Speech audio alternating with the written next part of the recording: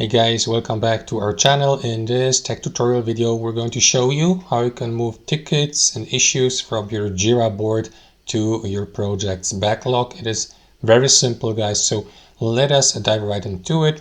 Head over to your Jira project. Let me go with this one here. And in the first step, guys, you will need to enable the backlog for your given project. As you can see, I see it already here inside my navigation bar, but if you don't see it, guys, you will need to add the backlog view by clicking into that plus button here, add to navigation, select it from that list here, and confirm by clicking into this button to the right. That is going to give you access to your backlog view. So if I click into it, guys, I will be given access to my project's board view with all tickets and issues listed below that are ongoing, and also the backlog here below.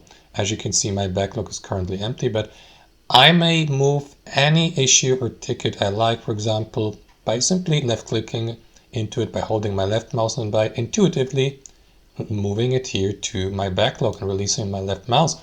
And that's it. As you can see, now one work item or issue has been moved to the backlog, and that's basically it. That's how you do it. You may also create completely new work items or issues by clicking into create here, and yeah, start it directly from your backlog.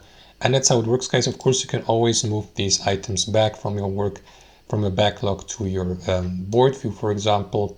And that's how it works. So let me return to the board view, and there you go. As you can see, the issue has been restored. That's how it works. Hope you enjoyed this video, got some real value from it, and we'll catch you later.